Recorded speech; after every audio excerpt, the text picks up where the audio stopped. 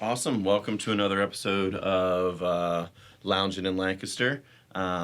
We've got the guys, the distillers from Hidden Stills on today, which is awesome. We got some whiskey here.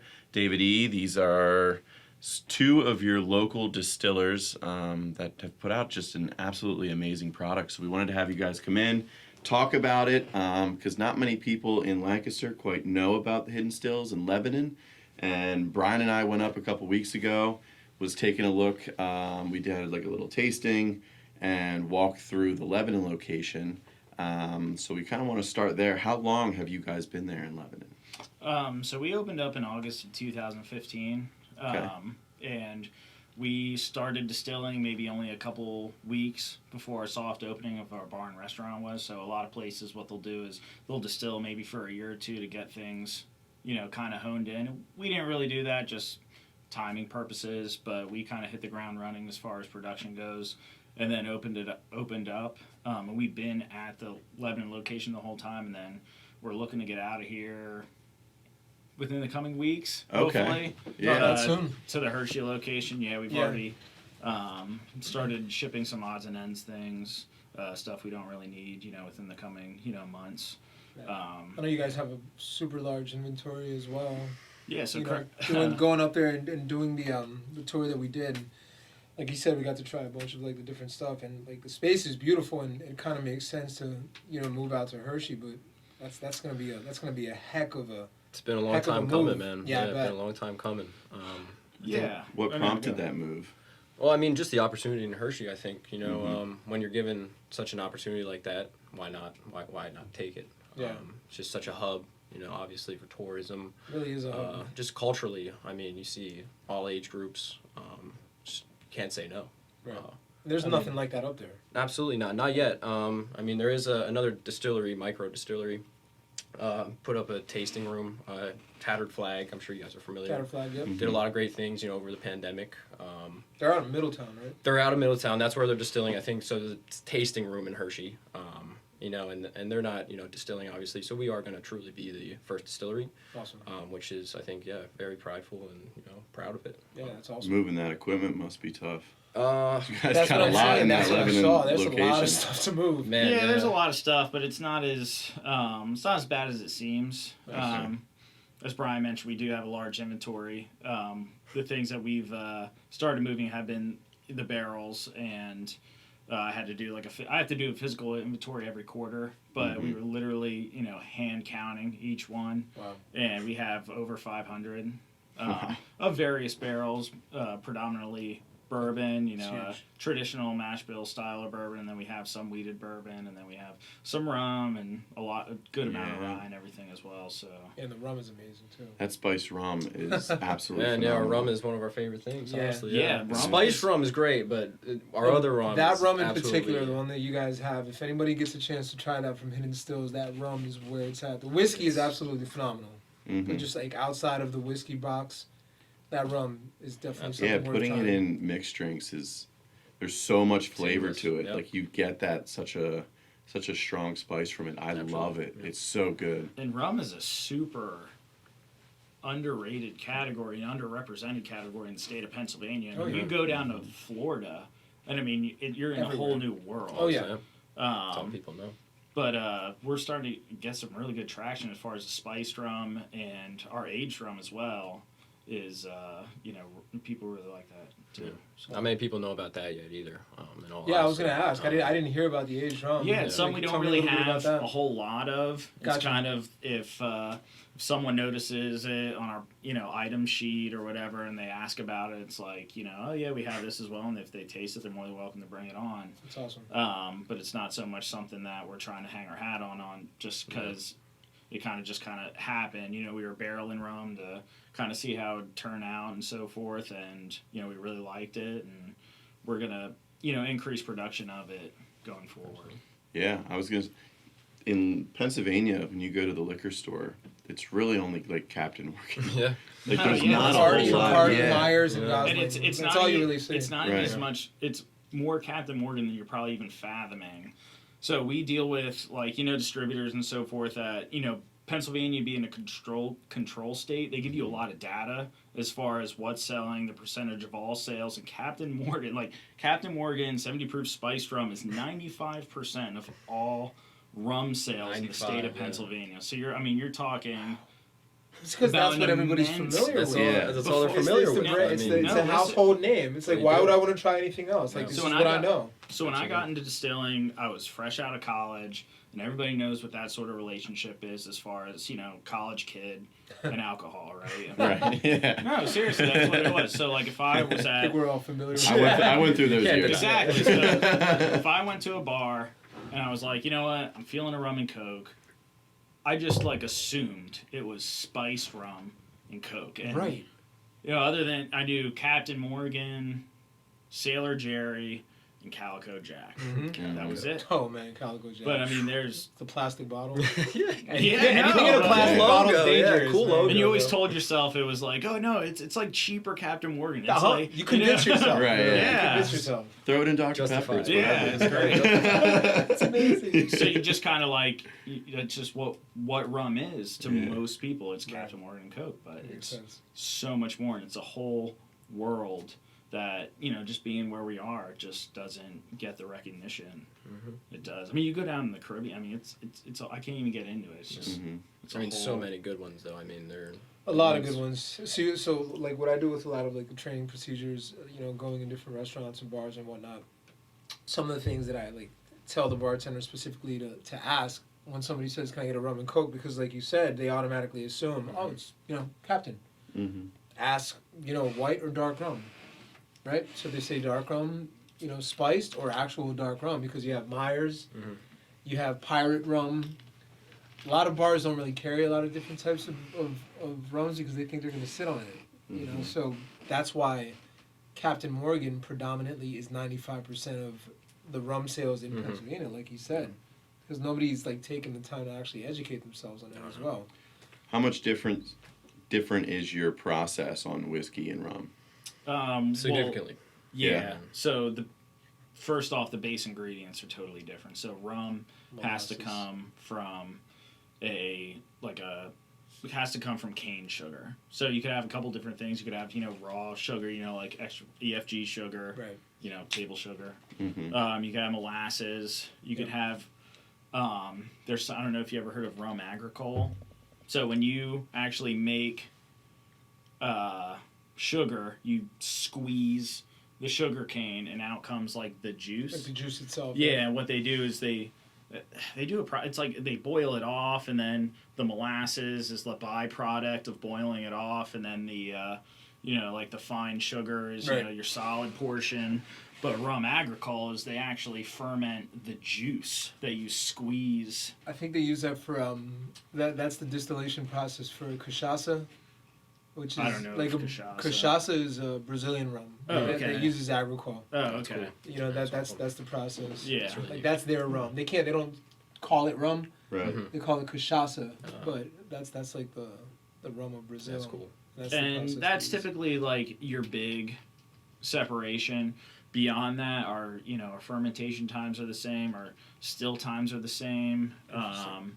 Rum will take a little longer to distill just because it's super high proof. I mean, it's already raw sugar. Yeah. It's already simple, and we use pretty super duper yeast that is specifically designed for molasses and sugar fermentation.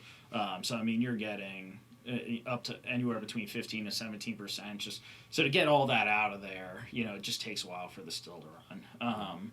Where whiskey production, let's say bourbon, I mean, you're really looking at 7.25%, 8%. Okay. So I mean, that's the big difference is your raw ingredients.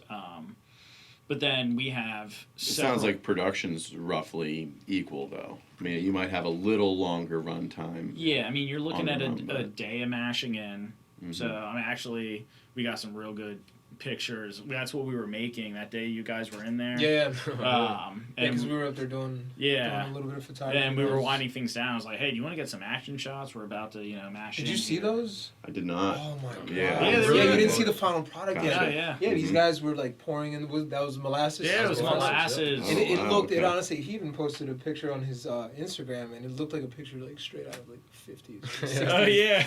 Yeah, and I think you captioned it to It's that funny. too. Yeah, And it's it was so just funny. like big buckets of like this black like tar Molasses, looking. yeah. It's thick. Yeah, it's thick stuff. Yeah, for sure. It's funny you bring that up because like It's tasty.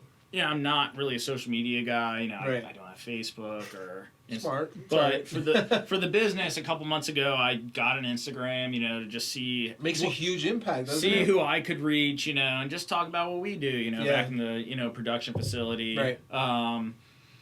And I always ask Pete for advice. I'm like, dude, I think this would be a good post. But we stew over the caption. Yeah, We're always right. Trying to bridge the gap. Like, what should I Yeah. say? And Yeah. I'm a very concise, crisp, Mhm. speaker. I get to the point. I'm like, Right. oh, what if I just say this? And he's like, dude, that's so monotone. That sucks. Right. You gotta read it out of the Yeah, blue I yeah, know, eye. but I don't know. yeah. That's just. But and then we stewed over it. We got in an argument, and then I was like, wait, I think I got it. And that's when I said oh, rum production in the 1940s. Just kidding. Yeah, and so I thought it was great. clever. It was very clever. ironic. It Yeah. was very clever. Yeah. Easy That- way to get out of writing full captions for your post Yeah. is just go all hashtags. Do you know what I mean? I suggested that. And he turned it Hashtag down. rum, hashtag yeah. molasses, hashtag. You can add all the hashtags you want. You I don't even said have to say you it. Really, I mean, That's just Dummy. that's a I easy suggested that. But it's huge for you guys. I mean, social media could Yeah. blow Oh, a yeah, brand. I mean, the yeah, reach it could you be. can get Yeah. on it, you Oh know my what I God, mean? absolutely. So, and I'm just not a social media guy. I'm Right. a little bit of a throwback. So he's for learning. me, He's Yeah. learning. for me He's to willing get to learn. just an Instagram page, was a big step, and It's so huge. those captions. He's my PRA, my public relations assistant. Which is serious. goes through Yeah. me. Yeah. Sometimes, Yeah, sometimes and you need that filter. Though. Yeah, really. I mean, yeah. those are people's full-time jobs. You're you know trying what to I'm saying? please a So lot it's- of different people too. There's companies that have whole social media teams. Exactly. Yeah. Like 4 So or 5 people. It's That It's crazy. PRA title, it's no joke. And it should. I mean, it's serious. I mean, you don't want to look bad over social media of all things, where you're out there to everyone. I mean, anyone Absolutely. can literally see what you're about. They can view you, Yeah. and people all over can view you. No, absolutely. One Anyway. hashtag whiskey. You've got a guy sitting in Albuquerque. Oh my god. That is oh, hey, that actually looks like a And good it pops bottle. up those PA, hashtags. You never what know. do you mean? You PA's never got know. good whiskey? Let me try it. And then they Yeah. ship a bottle out, and that's a Yeah, sale. no, Absolutely. you never know. If who you look at the you're Hidden gonna Stills, their Instagram page, it's very aesthetically pleasing. There's a lot of content on there. There's good information. You guys have so much product as well. Yep. So Yeah, we have a pretty big lineup. Yeah. It's obviously more whiskey driven, of course, but it's just fun to do other things, and Yeah. not everybody loves whiskey. So if you don't catch, the whiskey sale or whatever, it's like, hey, we make this, that, and the other. Maybe you want to try it, and you may like it. So. Yeah. yeah. You guys have a vodka too, right? Yeah, They the had vodka. the vodka too. We do. We actually tried it that day. Yeah. After the that one shoot for that. Yeah, the tasting. Mm-hmm. Yeah, I like that. Yeah, it was pretty. That's good. definitely my favorite though. The Rye? Yeah. Nah, That's it's what a one of lot of mine, people too, say. man. Mm-hmm. No, That- it's Would you say that's one of the top hits over at the distillery? Like top 3, what would you say? So rye is very regional. Mm-hmm. So we see rye being popular in certain areas. I've seen that too. Being in Which the is- beverage and- industry for Absolutely. over 15 years, I've seen Mhm. that a lot. And I don't know if it's a price point thing because ryes are typically more expensive. Right. So I don't know if it's kind of a it's regionality as far as that goes, or I don't think people know enough about it. yeah, it's That's definitely what it Not is. yet. I think we're seeing a trend though. Yeah. It's definitely trending up. In the past 2 years, I've seen it trending Yeah. up a lot. Especially being in PA. the restaurant industry, for sure. So for the people that are listening that have no idea, what's the difference between rye and your other bourbons? Yeah, so bourbon and rye follow a lot of the same guidelines and regulations, except they're kind of inversely proportional as far as what the majority of their base raw ingredient comes from. So bourbon needs to come from at least 51% corn, and then the other 49% needs to come from a cereal grain. Rye, on the other hand, needs to be 51% or 51% rye, and then the other 49% comes from a cereal grain. Gotcha. If you notice this little term here, it's a straight rye whiskey. So straight means that it was aged in a brand new, unused barrel for a minimum of 2 years. Bourbon's the same thing. It needs to be aged in a brand That's new. what the straight is for. For Yep, those that straight don't really understand. Right, straight yeah. So that's what they signify. So as far as the difference is, it's mainly the raw ingredients. Our rye comes from 86% rye and 14% corn, 14% malted barley, which is actually more of a throwback style. Nowadays, what you see is what I would like to call the Kentucky style rye. Gotcha. So a lot of these Kentucky bourbon distilleries, they have rye whiskeys as well. You know, you have actually Elijah Craig has a rye whiskey now. You know, Pikeville and Rittenhouse and so forth. But they ride the guideline very close, so they'll have like Close 50, to the 51 almost like- they'll bourbon, have I like like to call it. 55. What is it? Almost. I mean, I call it almost bourbon because It's- it's literally yeah. Gotcha. almost They're like a with corn. 55%, so we're like a high rye, with compared to most of the stuff you're seeing, you know, in the on the mainstream shelf. Would you say that's a truer form? Um, Or just all No. depends? no, yeah, because I mean, if you're following the rules and everything, you can throw on that it's straight rye whiskey. I mean, that's Right. the truest form. You're following the rules. You Right. know what I mean? Right. A lot of people. How much does that change your taste, though? So From 55% to It could be. 86%. I mean, that's a Very- large amount of Yeah, it is. ingredient. right. So rye is a very, very flavorful distillate, where corn is more of a neutral sort of distillate. I mean, think of like you eat corn. I mean, you gotta sauce it up with, you know, butter and salt and everything, you know, Right. to add flavor. Where you take a piece of rye bread, just like It has take its a, own personality. a bite of a piece of Absolutely. rye You know bread. you're I mean, eating you're rye. talking, Oh, you're yeah. talking, Yeah. it's spicy. Distinct. I mean, so rye in its own sense is a much more flavorful grain as opposed to corn. So when you're talking a difference of almost 30%, it's a lot That's more huge. flavor. Yeah. That's why a lot of people will say, like, take the Kentucky style rye. A lot of people will say most of your rye that are on the shelf that come from Kentucky are only about like 4 or 5 years old, because that distillate is so flavorful that any longer in those really aggressive season changes is just too much. That's why you're seeing like a lot of these like 3 to 6 year old rye to be very, very high quality. Where bourbon, you know, corn being a more neutral grain, neutral distillate, it's very, very dependent on the barrel influence, where Yeah. like rye is just not. Gotcha. Yeah, that's interesting. really interesting. That's interesting. And But if the- you order a rye, I mean, you want rye. Mhm. Do you know what I mean? Sure, you'd think. So I would assume, you know, with that whole process, and I didn't even realize that you guys do it to that extent. Yeah. If you're ordering a rye, you want that rye. So aging rye for too long starts to have a bad effect. It can happen. I'm not saying it happens Yeah. all the time, but I mean, it's definitely. So you'll never see like a 12-year rye. I'm not you know saying what I mean? you will see those. I'd like to try it. Yeah. Okay. I'd like to see. Yeah. No, you will see it. would Like be some interesting. of Whistle Would. Pig's stuff. I mean, Whistle Pig's oh base. yeah, Mhm. they have their 12-year rye. So their base expression is a 10-year, but they're a Canadian whiskey, so they don't have to follow some of the guidelines of like an American straight rye. So they Okay. age in used barrels, and you won't see like straight rye on their Right. barrels. You're just going to see rye whiskey. Right. But because they're used barrels and not fresh barrels, they can sit there longer, and there's a lot of other things during the barrel aging process that go on, but then you're not taking on as much of that oak and wood influence as like a fresh barrel.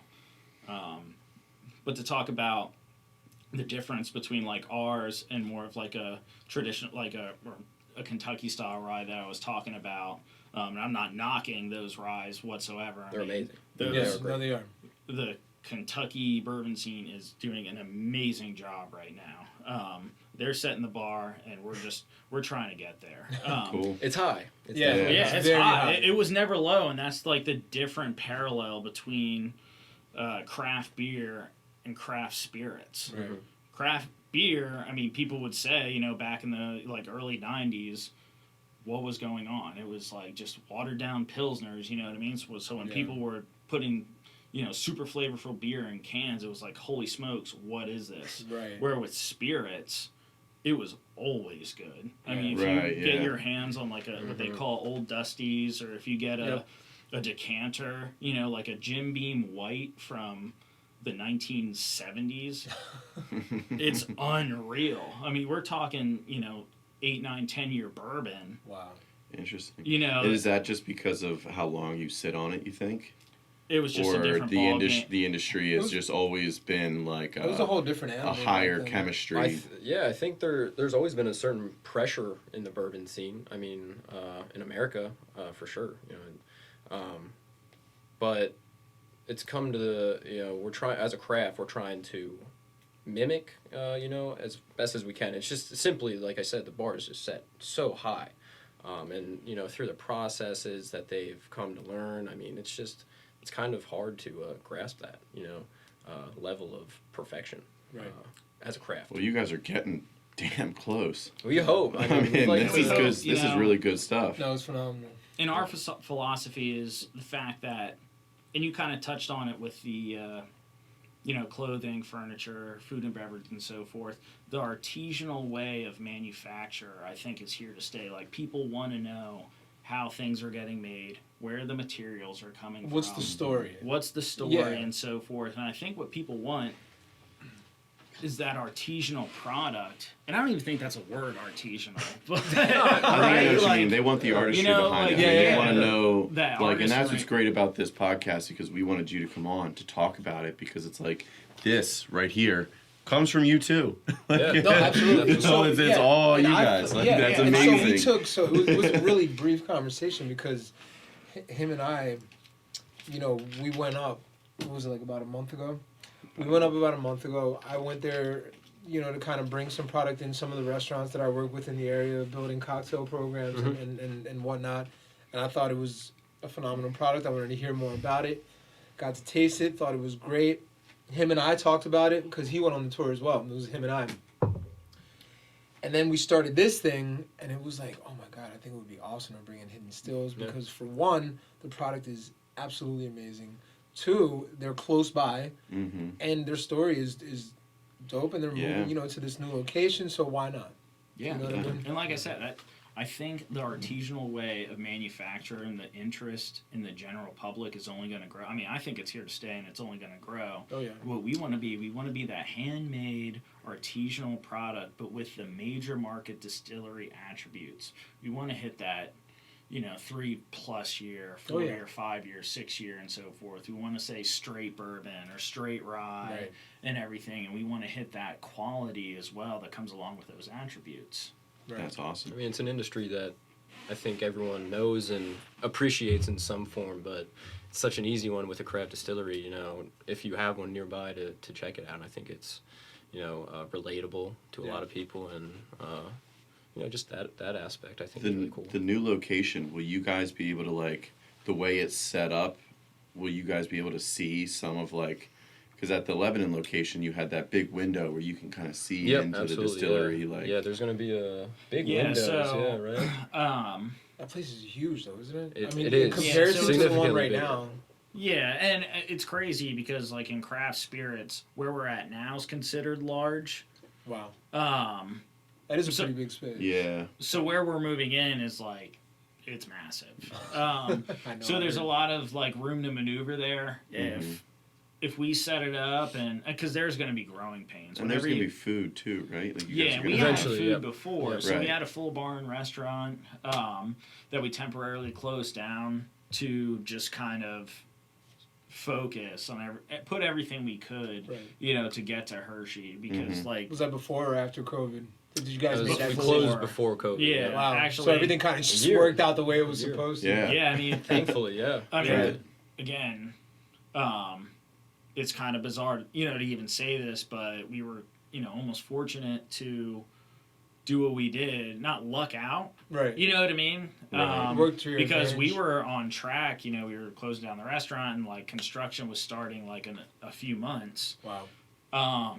And if it wasn't for if COVID didn't slow things down, as much as it did, we would have opened up like maybe right before. It was close. Oh wow. The That COVID would've even been hit. bad. Like we didn't even know COVID was coming. Right. And then like just things got permits and so forth. It's a lot of Of course, processing of course. time. Things got pushed off enough where COVID hit, and it was like if we would be open, I mean, Right. we It may gave not you a be little bit sitting more here time. today. You know what I'm saying? So Yeah, to adjust. I To mean, adjust to to really it. hone in on certain things. Hopefully. Yeah. But it's unfortunate to say that we were fortunate because there's a lot of people out there right now. Oh yeah. Yeah. Absolutely. It worked out to your that we're advantage. really feeling for. Everyone's feeling for. Same. So. Same.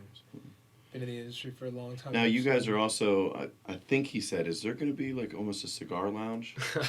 Did I hear that? That's I the have- rumor. Is that in the talks? That's I've a heard rumor some in- rumors that no, like no, that's that's gonna. a great. secret. Yeah. I've heard that building's going to be like 6 or 7 or 8 Yeah. different things. Okay. Possibilities, On really. that day, it was a cigar lounge. Right. Yeah. No, he I- wants that. He wants to No. make that work. Right. Yeah, That is- so, that so would be a cool you're thing. referring to Mr. Stein, the owner. Yeah.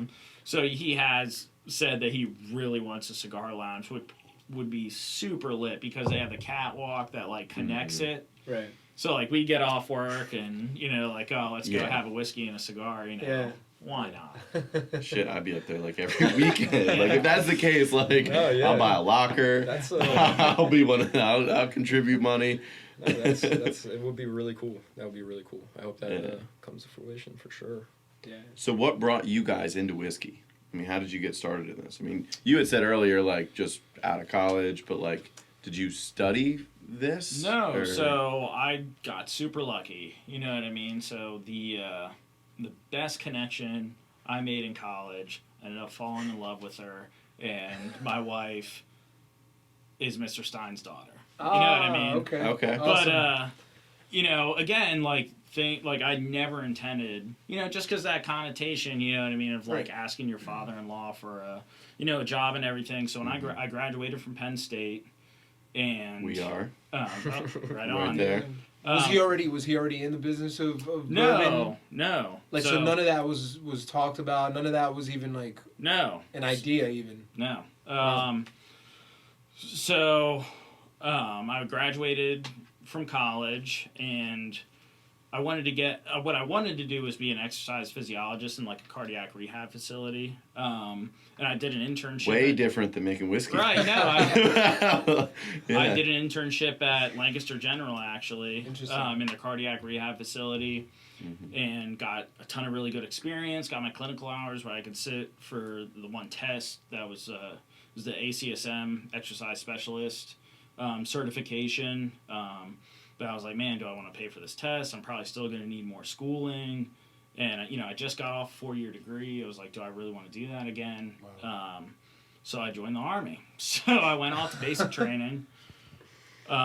Crazy. I know. Yeah, you talk got about a it, great man. story. I'm super That's interested. like yeah, right. years of this guy's life. I swear, Right. the most interesting thing. Now I'm like, I'm not Oh, saying yeah. anything. Right. So I Really though, it's joined. hard.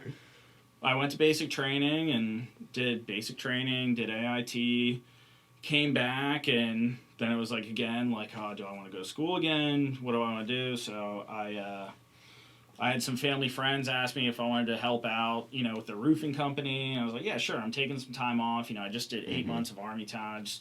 I need a break. I'm taking time off. I just want to turn my brain off and just do whatever. And I roofed for a couple months and absolutely loved it, man. It was hard work, but like super rewarding. It was just I'm gonna take a break and go do roofing. I just No. need to That's what you slow gotta down. do, man. Join the army. It's an in-demand, do like, something. yeah, no, That's like a seriously. very in-demand thing Yeah. to do as no, well. yeah. It's a roof. I did roofing for That a is little. hard work though. Like when you're climbing up the ladders yeah. and Oh you've my got God. all the I did it roofing for a stuff. while. Yeah, Oh. no joke. I did basic carpentry. I did roofing, And it's siding. hot Like as I did hell. all that. I'm Yeah, like, steaming hot. 8 hours on a roof is like 12, on like Yeah. hot asphalt. Yeah.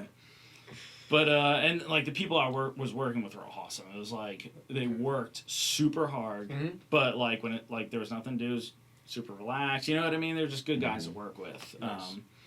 Bennett's Roofing, shout out. Shout out. Yeah, if you need some, Some good roofing. done.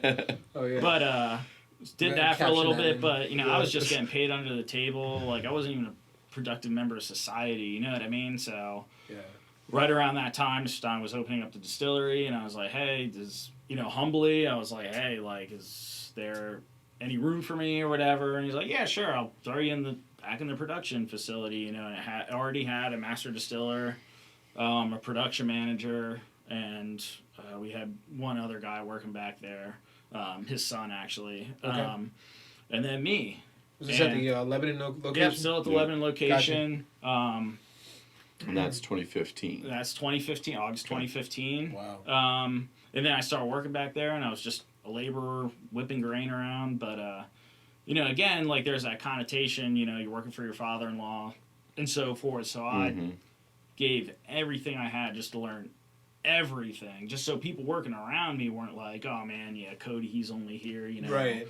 Because, he's dating the, boss's daughter or whatever. So I just learned everything. I mean, I read textbooks, reread textbooks, worked for a little bit, read the same textbook to understand it even better. Just educate yourself. Knowledge is power, just man. jumped in. And then, that's awesome. And then 4 months into the whole thing, the original head distiller left, and Mr. Stein was like, hey, like, can you run this place? And I had only 4 months of training under somebody, and I'm still good friends with the guy, and he'll even joke around and say, like, oh, yeah, you got trained for 4 months by somebody that didn't even know what they were doing. Right. So I was like, oh, yeah, I'm hot, hot stuff. I can do this. And hit the ground running and made a ton of mistakes and learned from my mistakes and just kept taking my lumps. And like where I'm at now and compared to like where I was at then, I mean, it's just night and day. It's learning though. I mean, that learning curve once you're thrown into it. No, yeah, and But that's cool because you took on that responsibility, which a lot of people like either shy away from or Because that's a big animal. Oh yeah. You have not only that That's a responsibility, huge but thing. also the responsibility of, living up to the And it's your person that you're family presenting stuff, yourself too. to your father-in-law as Right, well. yeah. It's like, holy crap, I have so many things to let down right now. but I will say is, like, when you get into any field, like what you do in your 40 during the week, that's your job. That's the bare minimum. Right. It's like, if you want to get ahead, it's the after your 9 to 5, at night, doing research, practicing Because things, it doesn't stop. doing whatever. That's how you get ahead. Right. any small And business owner can tell you that too. What I will say is, yeah. like, what this is, like, distilling, it is a really easy thing to immerse yourself in. I mean, who wouldn't just, like, dive into the production of whiskey? You know what I mean? Like, and again, like, I was fresh out of college, rum and Coke was me. That was the standard. Yeah, or and Jack now you're and making Coke. this. You probably feel like a badass. Like, Yeah, right. cool But I in mean, sense. it's Like, cool.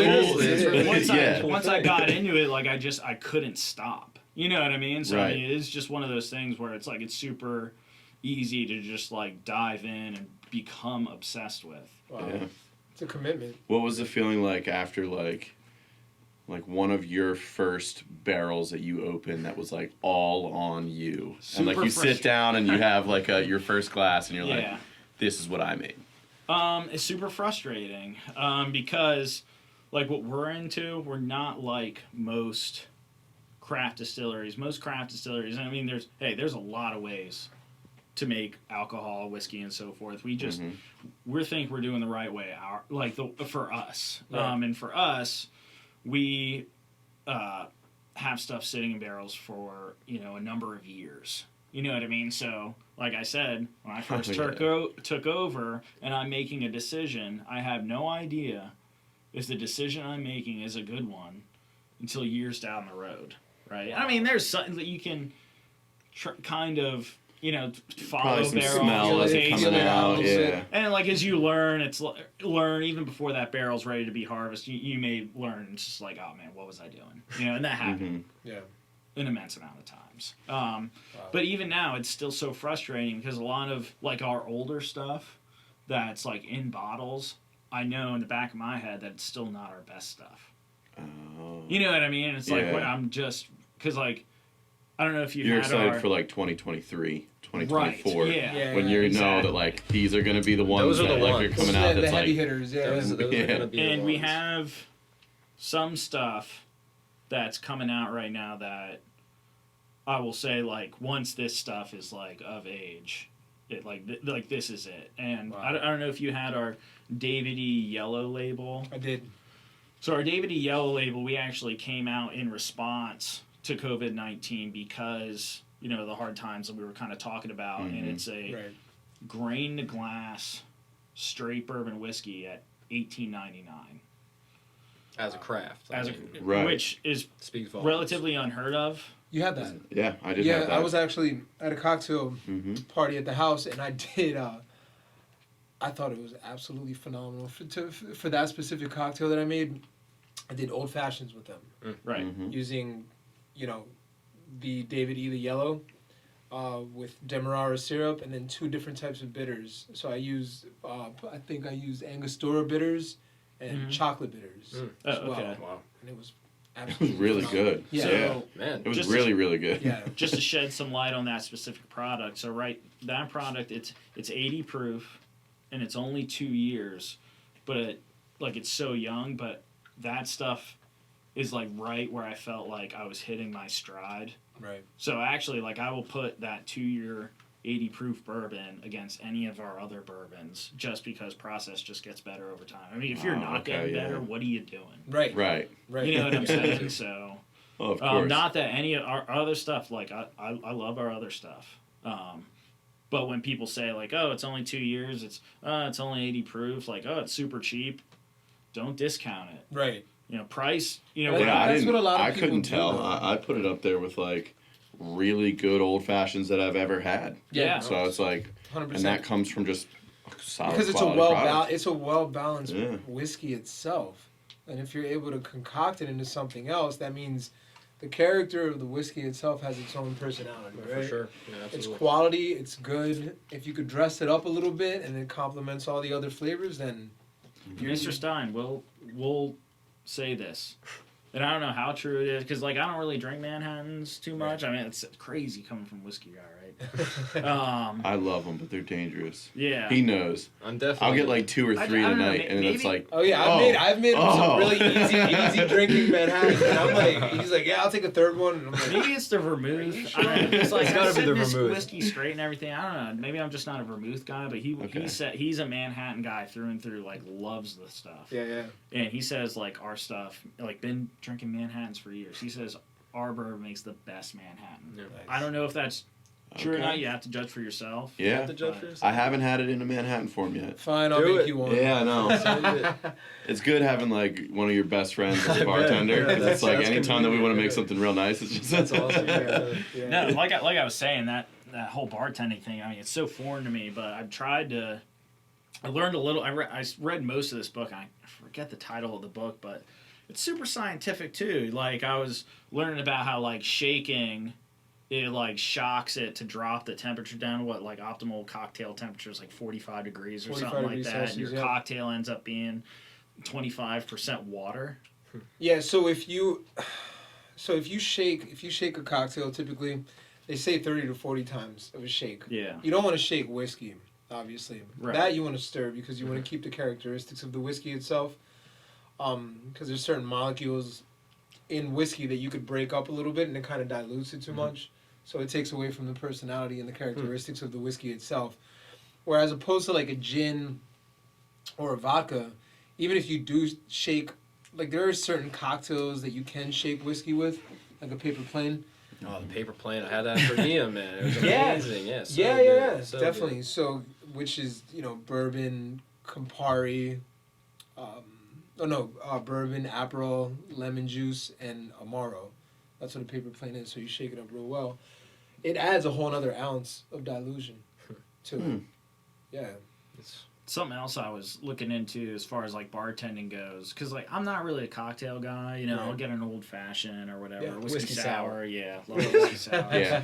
Gin and tonics. But that's about it as far as cocktail goes. If I'm getting whiskey, it's gonna be neat or Yeah, whatever. same. Or if I'm sitting down, you know, for dinner, I'll get a beer. Yeah. But I love the aesthetic of cocktails. You know how they look, how they're presented. Right. And I was reading about clear ice, Oh, and yeah. that there's a whole like kind of community on clear ice in a cocktail, Yeah. like using directional freezing, and then you can even create a custom Yeah. like ice shapes and everything. Like in a highball, you have like a massive clear shard Yeah. of ice going down instead of like cloudy cubes and everything. So I've worked in places outside of like, you know, the area and whatnot, where we would work with other companies that would just specifically focus on ice. They were just an ice manufacturing company for restaurants, right? Yeah, So they would deliver these blocks yeah, huge like this blocks. Use a of like bandsaw. spring Yeah, water. really. No, spring water, like some of the best water, and like Wow. just the whole process of how they freeze it. They freeze it at a really low temperature. Yeah. Not freezing, but for a longer amount of time, so every molecule is Wow. completely frozen to a certain capacity, so there's no bubbles or cloudiness, right? So if it takes like 24 hours to like freeze a certain amount of ice, they'll do it in 72 hours. It's a very slow process, right? And they'll That's do it fascinating. in a Yeah. way. And now I don't know if this is how they do it, but how Mm-hmm. like I learned how to do it. They use a process called directional freezing because the impurities and so forth that cause the cloudiness Right. are the last things to freeze. So it's only at a certain part of the big massive block of ice that's easy to take off, Right. and the rest is Gotcha. just crystal clear. And if you even as something as simple. And that As, probably like- changes the taste too. I can't comment. I have no Possibly. idea. Yeah. You could probably Yeah. comment on it. Depending on the more. water that you use, like I said, if you're using yeah. spring water, it's gonna make the drink itself like very, very like crisp, very clean. And to build on that, like when we proof our whiskeys down, we actually use local spring water because the minerality actually Yeah, you don't get it the minerals. from, like, enhances the mouthfeel. Okay. So that's like a little way that different waters, will affect flavor. Well, because I know mouthfeel, like the and so square cubes, I guess they melt like slower. Right. So that's why, like in like the old fashioned. That's why they're good to have. They're good to use in whiskey because they're not like Yeah. they're not diluting the drink itself Mhm. so quickly. Because if you're putting like a bunch of like little rocks in the drink itself, it's gonna dilute it a lot quicker, Right. and you're pretty much gonna drink like watered down whiskey. At least with that, they already say, drop like a little bit of water in your whiskey to kind of open it up a little bit. It opens up the character, the personality of the whiskey itself. You can. Yeah, See, I prefer whiskey on the rocks, yeah. But if Personally. you do one on that large, but I do cube, know a lot of like the purists just love it neat. Yeah. That's where you get Nothing. the full-bodied flavor. Yeah. Yeah. it's like the highly concentrated version of, Yeah. of like the I drink mean, itself. If you wanted like A little bit of dilution will definitely affect the overall flavor. So typically, when I get a whiskey, I'll always first glass is always just as is to see what the head distiller was going for. What the company was going for. nice. And then That's a good way of. and then I'll add some water, see if it's better, see if it's worse. Next glass I may add a little more water than the last time, and usually by the third glass I'm like, all right, this is what I like. As far as Right. that specific product goes. So many times I like it as is. Sometimes, like I'll say, my opinion, like for my like palate, as far as like everyday drinkers go, I love Wild Turkey 101. I will take Wild Turkey Okay. 101, just one tiny drop of water, and it's like for $25 a fifth, it's like one of the best bourbons you can get. That's an OG. Yeah, that's good. Yeah, It gets some of my pop's it drinks. gets a super bad rap. For that reason, Right. because that's what like the previous generation drinks. But I Right. think And a lot of people kind of like consider it like check the reviews on that, man. No, it actually it is. has really high reviews, man. And It's been an OG in the game for a long time. yeah, Yeah. Interesting. just 101 with like just like an eyedropper. Is like That's all you need. It's so good. Do you want to pour a glass of this since we're here? That way we can kind of talk about what you guys were going for in this. Give us your little like breakdown, which would be appreciated. Yeah, so as I mentioned, this is an 86% rye, 14% malted barley, and a lot of people like what do you hear most about ryes? Like as far as flavor goes, spice, right? Spicy. Get a lot of Little- pepper. Yeah. I mean, peppery people usually wanna tell me. taste? And I'm good. I'm good. Had some earlier. Something that doesn't get talked about enough is the fruitiness rye actually gives off. If you Interesting. Yeah, so actually when I nose and taste ours, I get like fresh berries, like strawberries, a little bit of blueberry. You get a little bit of that like acidity. Some people might, I've heard a lot of people say rye gives off like a dill sort of like flavor and nose. And I think ours has that a little bit, not quite. I've had some ryes where it's like a dill bomb or like a It's like pungent. like a leathery Okay. sort of deal. Yeah. Like I don't know if you ever had the Masterson's 10-year. That's good. Yeah. If you really want to get like a good scent and almost like taste without actually tasting it, so the ethanol doesn't really wake up your taste buds too much. If you smell it with your mouth open, I know it sounds super weird. Yeah, I would say to each their own on that. Some people, no, Right. it's not a knock. Like plenty of people will absolutely. It's just say, a way for it to kind of run through, Some- but it's Some but it people also will say that's the way to do it. I say like, do whatever's comfortable for you and what you. That changes though. It that doesn't does change though. it looks and feels really It does uncomfortable. feel weird. But, I mean, it's, It feels weird. It I've feels tried weird. both ways, and I've also seen people like tilt the glass and like they do what you were just saying, like keep your mouth open and nose, but with your mouth, like your lower lip actually above the rim, so it's in, right? So Yeah. it's like actually going in both orifices. right. I prefer mouth closed Okay. when nosing. Right. Again, It's all preferential. It's right? all preference. I've tried it every way, and that's what works for me. I don't know. But yeah, so I would say our rye is a little different. Is that it's more of a fruitier style of rye whiskey. Like, do you get any black pepper on that note? I don't. No. It's more fruity than It's peppery, definitely, for me, yeah. in my Where I opinion. will say the spice comes in, I would say the finish has a dry cinnamon. Interesting.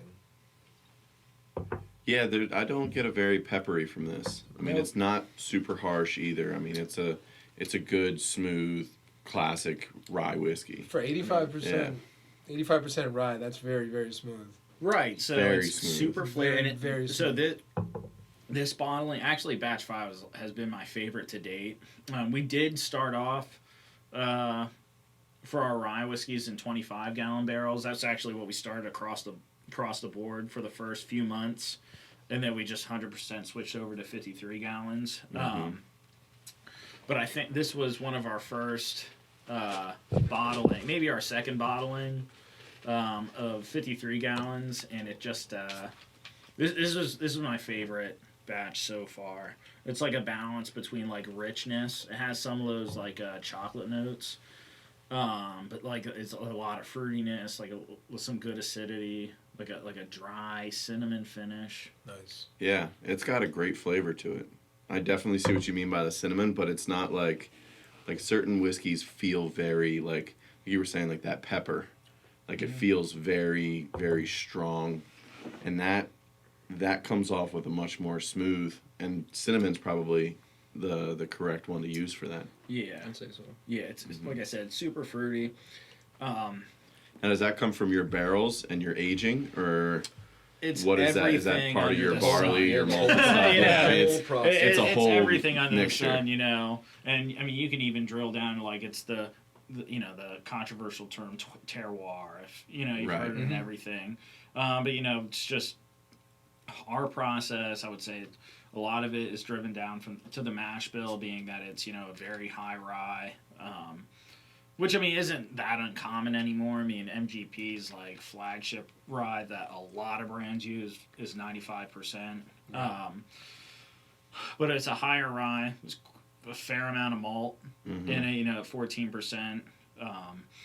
And I mean, you guys saw our place. So like the upstairs is where we aged something like 75% of our entire inventory.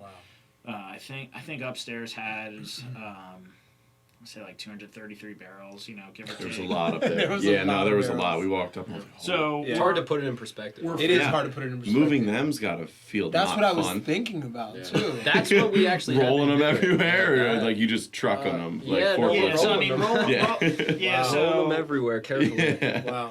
to go from upstairs down to the next floor is an elevator, and actually Right. in that building is the second Oldest. functional elevator in the state of Pennsylvania. What? Ancient. It's one of I've the never old, seen anything like Are it. you one of the- serious? yeah, it's one of the old school ones Like the where lift, where like I mean, you're like well, so pulling you, in. you it's throw the crazy. gate yeah. up, Wow. and when I the, did kind of remember seeing that when we Yeah. walked through. I was The like, big that's, door. That's cool. There's a sliding door. Yeah.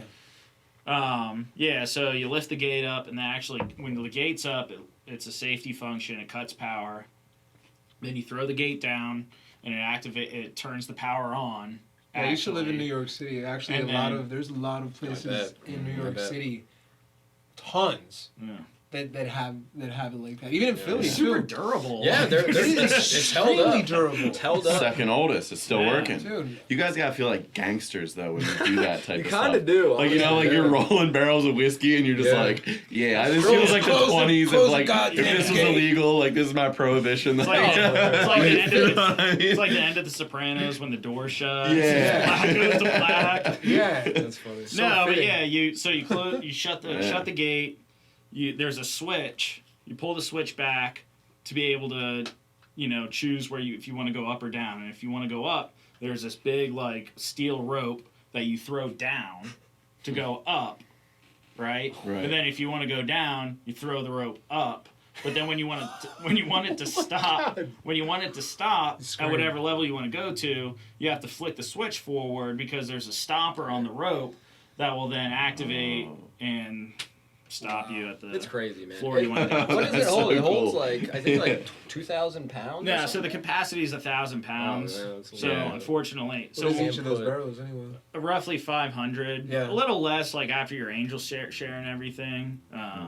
But like if What does that mean? so like over time you'll lose The spirit. condensation. It Yeah, comes with in the barrel. Yeah. Okay. So like in the first year you'll lose about 10%, and that's mostly due to the absorption of the lumber. Right.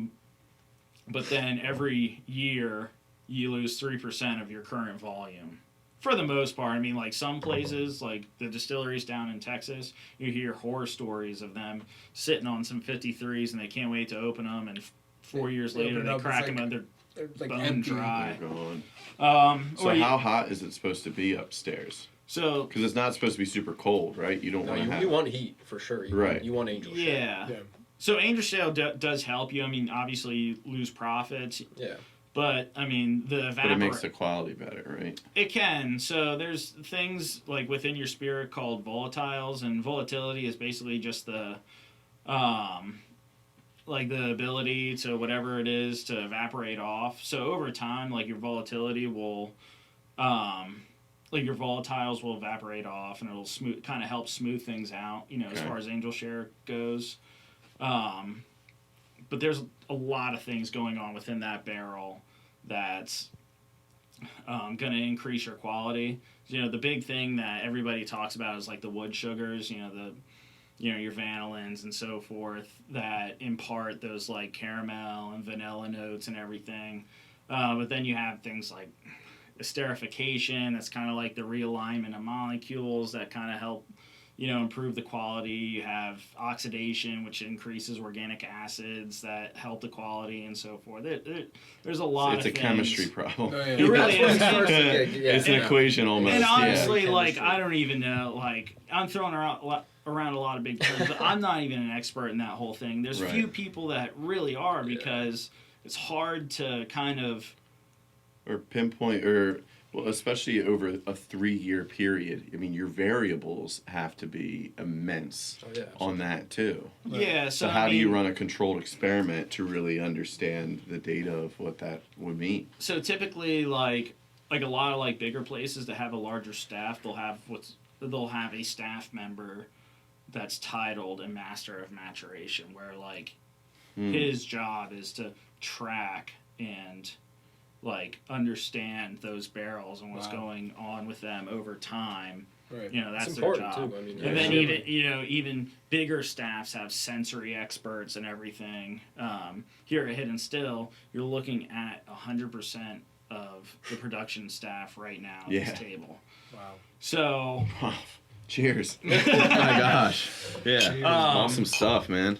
So I mean, like, granted, I mean, we try to take some time to.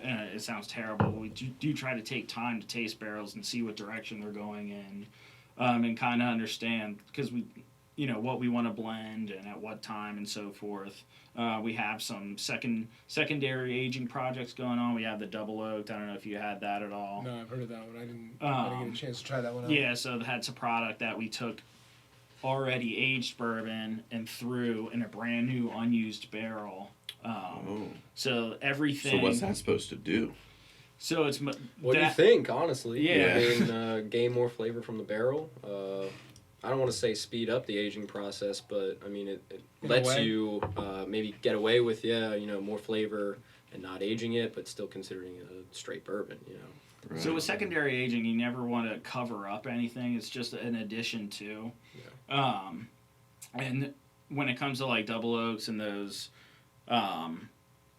fresh barrels that you're throwing back into, it's predominantly about the impartation of like the wood sugars and so forth, and then you get like fresh char contact and everything. But Right. that's mostly we're talking about more of an addition Mm-hmm. to flavor when we're talking about that product specifically. Where do your barrels come from?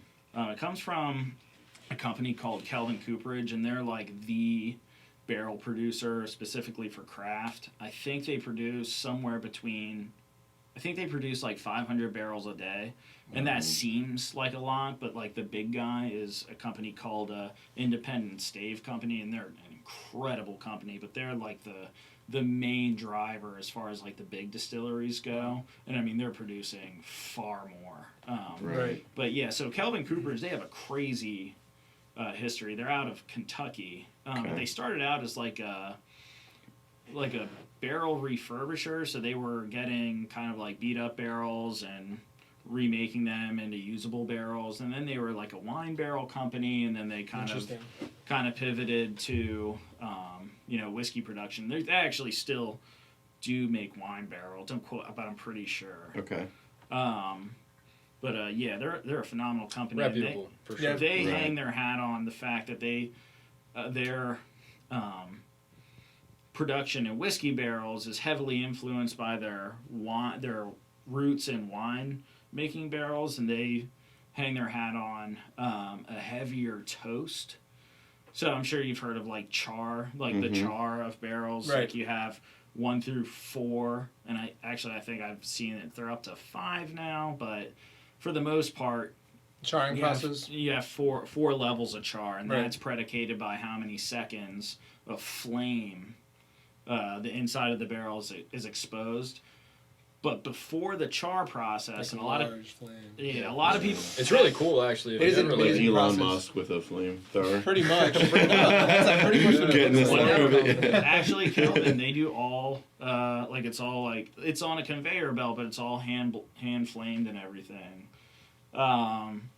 Wow. But That's so they Interesting Hand process. flame. Yeah. Oh yeah, these big Again, long guns. It's like, Yeah. it's I've seen the process, man. Yeah, it's crazy. Trust me. I don't know It's how great. hand. I don't know if it's Yeah. Rick Dalton sort of flamethrower Yeah. sort of stuff. Yeah. But They do that down in Makersburg, like being Really? being ambassador for them. Like I've seen. But some of the process. I know they're more hands on during the flaming process than most. What they're called Coopers. Gotcha. Barrel manufacturers are called Coopers. Okay. But they toast their barrels longer than usual. So the toast level is almost like it's not a introduction to flame. It's like a heating up of the inside, and when you heat up the inside, it breaks down things within the lumber called lignins, and there's some other things that break down that make it easier to absorb like the wood sugars and so forth. It produces the vanillins and what it caramelizes the sugars to get that like Maillard sort of effect. So. Right. Wow. That's awesome. That's an incredible amount of knowledge. Yeah. Jeez, Like I man. said, it's Yeah, you dove in. You did more than 40 hours. Yeah, that's you awesome. did a It's a lot, lot more of- than Put it in. yeah. The Yeah.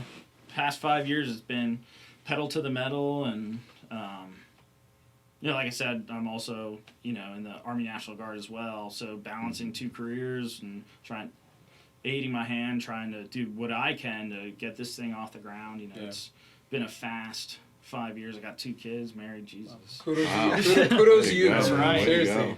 go. I don't That's have, I awesome, don't have yeah. that sort But of. You I guys. We don't will. want you to feel that. I will say.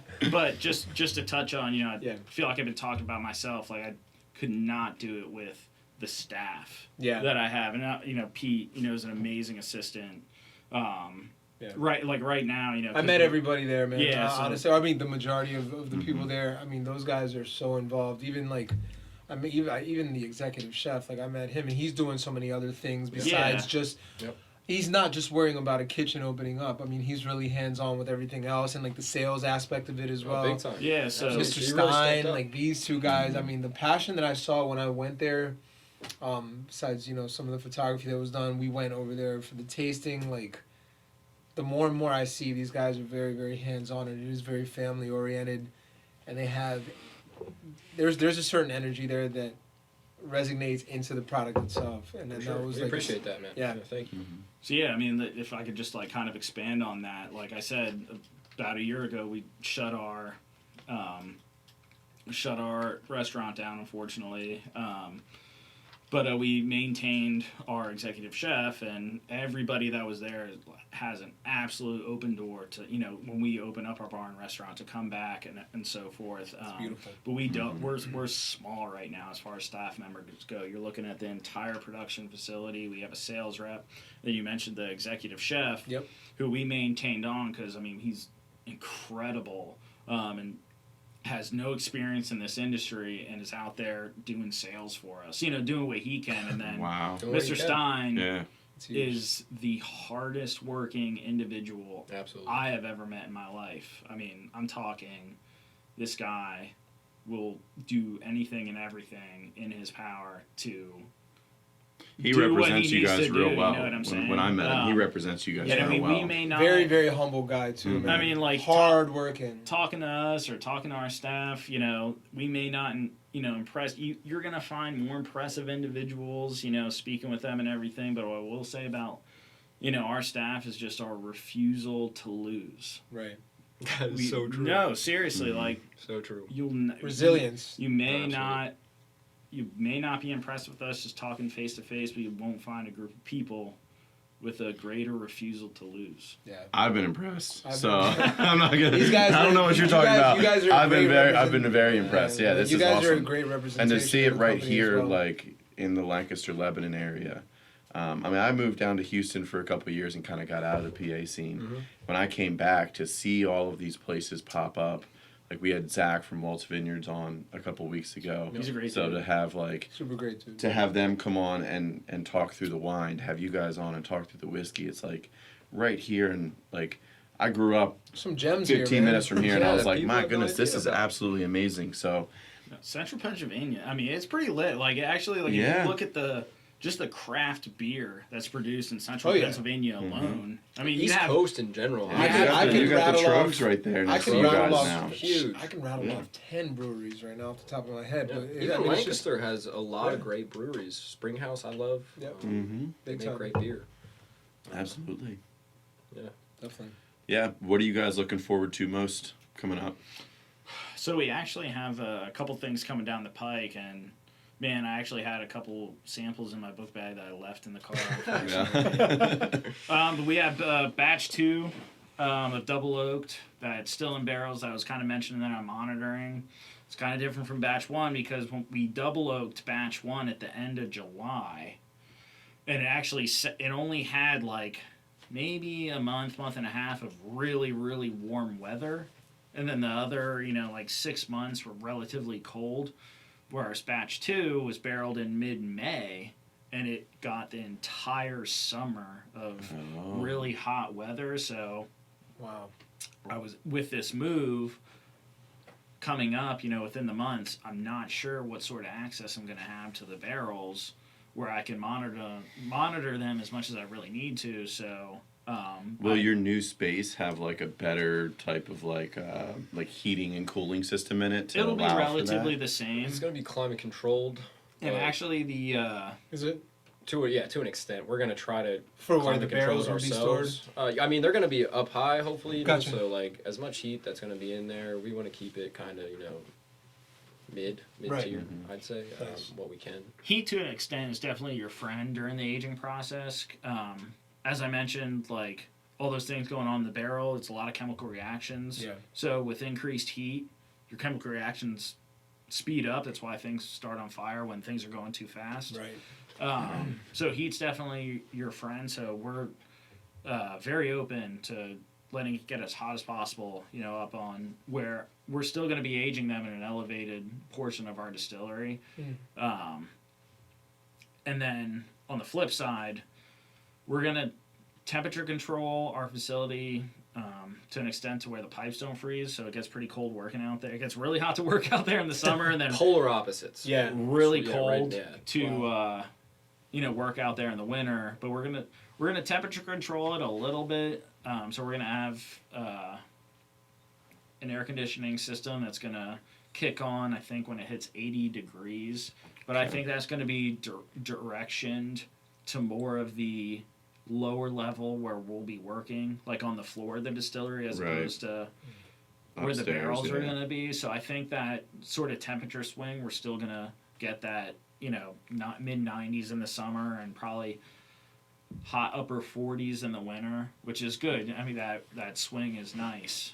Yeah. You have to keep in mind too, other things going on in the distillery need certain temperatures too. I mean, fermentation.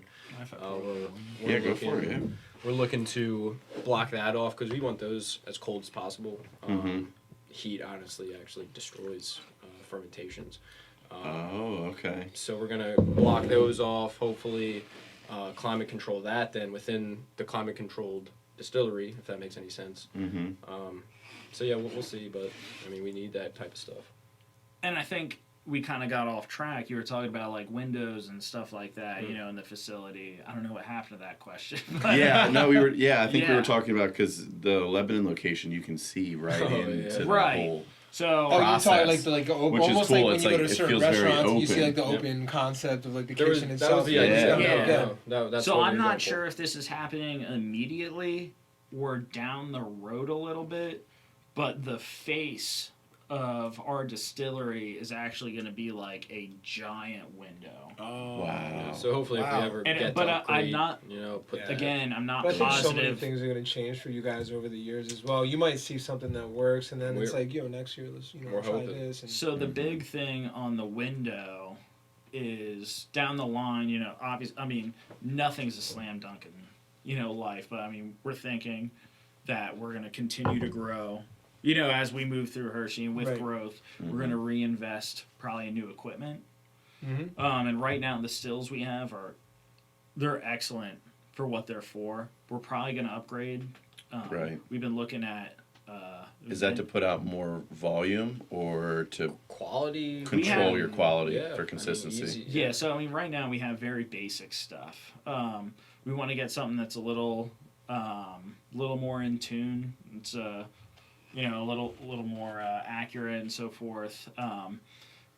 But the big thing with the window with those stills is, I mean, it's absolute eye candy. I mean, they're gorgeous. I mean, you see the stuff with either the Olympic heads and the columns Right. and so forth. So to have that in front of the big window. I mean, it's just Well, it's a people big are. draw. It's a spectacle. Oh, yeah. You know, when people come Sure. in, they're Yeah. like you were saying with the artisanal quality. I mean, it gives the Yeah. people they see it. They're just like Authenticity, yeah. it's like marketing almost. It's like Yeah. the best marketing you could possibly do. It's like Sure.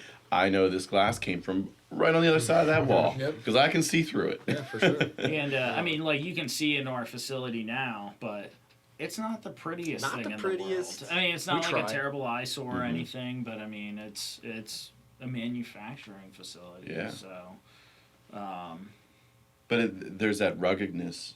no, yeah. Ruggedness. I'm saying that terribly right now. Ruggedness. Yeah, there you go. That's the word I'm looking for. I pronounce things horribly. No, he Oh, makes I fun of me know. all the time. I love say it. things that are so like. I love it. And he's like, dude. I'm not gonna said bring like up that. any moments. They're my little special moments, that I look back on funny. when I think of Yeah. Donovan. But He's got No, that's really cool. You No, guys kind of I- have that vibe of over in Colombia. There's an antique shop called Bootleggers, which Capone used to run his rum and stuff wow. through. Yeah, It's he because it's right on the water with the Susquehanna. there's They've a got, tunnel like, that goes from the river itself Uh-huh. straight into the building, What? and that's he used to how they used to like go up and down the river. Yeah. The river was like the riverways for, prohibition, and transporting whiskey up and down, the Mason-Dixon line and all that stuff, and like the major, riverways, they would just pull over real quick, like 2, 3, 4 o'clock in the morning, Mhm. unload, run them through the tunnels so right cool. into the buildings. That's so cool. No one Wow. could see it. Yeah, I mean, it's just like that underground pathway right Wow. there. Yeah. That's And really fascinating. cool. That's really cool. I didn't know how much history Pennsylvania actually had in whiskey because, I mean, you hear of the Kentuckys. Mm-hmm. I mean, they kind of have like the reputation in America, but Pennsylvania's got great quality. Yeah, it was just So we're trying to We've promote got tons of farmland out here too, which I want to let listeners know about this too. This was something I never knew until we went up there and he was explaining that when you guys are done with your mash, it still has the nutritious, the nutrients for cattle to use as feed. Yeah, So absolutely. you guys donate your mash back to the farmers. Absolutely. Yep. yeah. So like you can it's called either backset or you can call it stillage or whatever. So like when you go with mashing, you're essentially creating sugar water. You're extracting those starches, those complex starches, and then through addition of malt or concentrated enzyme, you're chopping up those complex starches to make simple sugars. Then through fermentation, your yeast will eat those simple sugars and create alcohol. But then your first step of the distilling process is essentially just to separate that alcohol from your mash. Yeah. And when you do that, you decrease your volume, but you actually increase your protein concentration by something like 30%. Wow. Now, granted, all your carbohydrates and so forth aren't there anymore, but there's still a Right. lot of oils and fats and protein that are very nutritious to livestock and so forth. And things have been kind of different as far as production goes for us over the past 2020. Right. With the Yeah. pandemic and everything, we've had to focus our production on other items besides whiskey. But typically, in a week, we'll mash in 4 times and we'll first stage distill 4 times as well. And every morning, Farmer Dave backs Shouts out Farmer Dave. Yeah, shouts out Farmer Heck of a guy. Heck of a Yeah. guy. Backs his massive, what is it, It's massive truck something. F450. Yeah, Damn. it's huge. It backs his truck up with totes on it, and we pump Mm-hmm. spent grain or stillage or backset or whatever you want to call it directly from the still into his totes, and he drives away and There you go. It's amazing. feeds it, or he mixes. He distributes it then too. I mean, But yeah, so it's he- so much. he I mean, mixes- yeah, it's it's- too much for. It's probably Just about like probably anywhere one. between Yeah. 450 to 500 gallons of spent grain then post first distillation. And he'll actually mix it in with like good feed just to increase his volume, Right. and add, a little bit of those proteins and so forth to it. And then he actually, will butcher cow, send his cows when they're ready to butcher and so forth. And he keeps a bunch, and then other people buy them. And we actually bought some, and it's just different. Yeah. Like in a good way.